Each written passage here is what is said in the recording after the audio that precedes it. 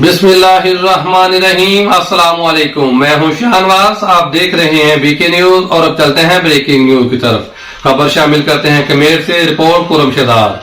नौसरबाजों ने बूढ़े माजूर आदमी को भी न छोड़ा और जमा पूंजी लूट कर फरार हो गए।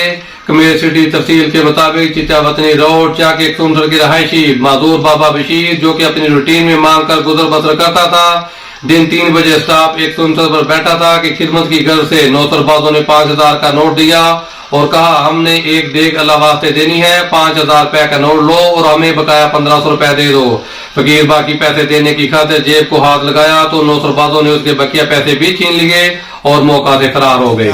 खड़ा सी जी एक जो आदमी आया आख्या जी 1500 दे दो, मैं 5000 रुपये जी तुम देना जी, मेरे को ना 1500 रुपये ला लिया, मेरी जेब तलाशी कर ली, पिस्तौल उन्हें हथे रखा, खुदा वास्ते मेरी मदद करो।